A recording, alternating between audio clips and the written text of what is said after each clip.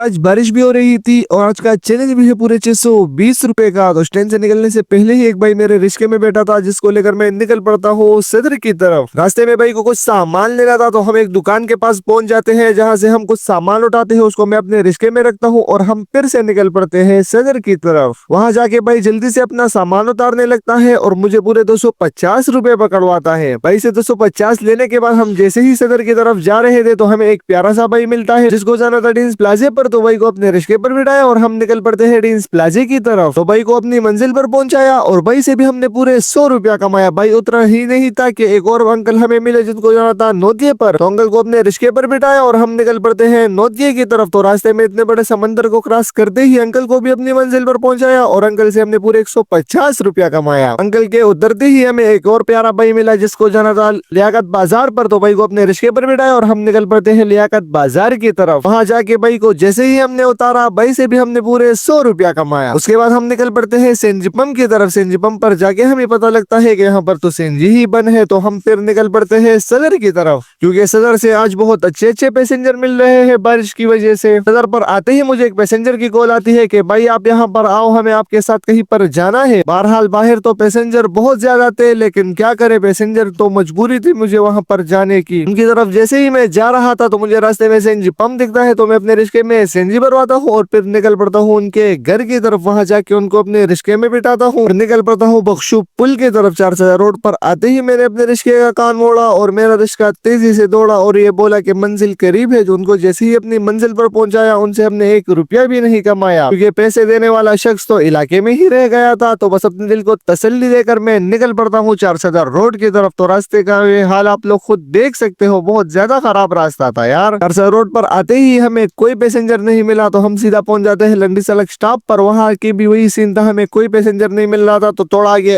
आकर मैं क्या देखता हूँ कि एक प्यारा सा बच्चा रिक्शे को धक्का दे रहा। तो पैसेंजर तो वैसे नहीं मिल रहा था, तो मैं भी उनको धक्का देने लग जाता हूँ। उनको धक्का देने इसके साथ ही उनको हम सीधा रिंग रोड पुल पर पहुंचाया और हम उसके बाद निकल पड़ते हैं पैसेंजर की तलाश में। थोड़ा आगे जाते ही 4 अड्डे पर हमें 2 प्यारे प्यारे भाई मिलते हैं, जिनको जाना था सदर पर। तो उनको अपने रिक्शे पर बिठाया और हम निकल पड़ते हैं सदर की तरफ। उनको जैसे ही अपनी मंजिल पर पहुंचाने वाले थे, लेकिन रास्ते के रश ने हमें रोक लिया था। रास्ते में इतना ज्यादा रश था कि भाइयों को रास्ते में ही उतारा और उनसे बात तो 200 पर हुई थी, लेकिन उनसे हमने पूरे 100 रुपया कमाया। उनके उतरते साथ ही हमें 2 भाई और मिले, जिनको जाना था लाहौर अड्डे पर। तो उनको अपने रिक्शे पर बिठाया और हम निकल पड़ते हैं लाहौर अड्डे की तरफ। उनको जैसे ही अपनी मंजिल पर पहुंचाए, उनसे हमने पूरे 200 रुपया कमाया। तो आप लोग मुझे कमेंट करके बताओ कि हमने टोटल कितने पैसे कमाए।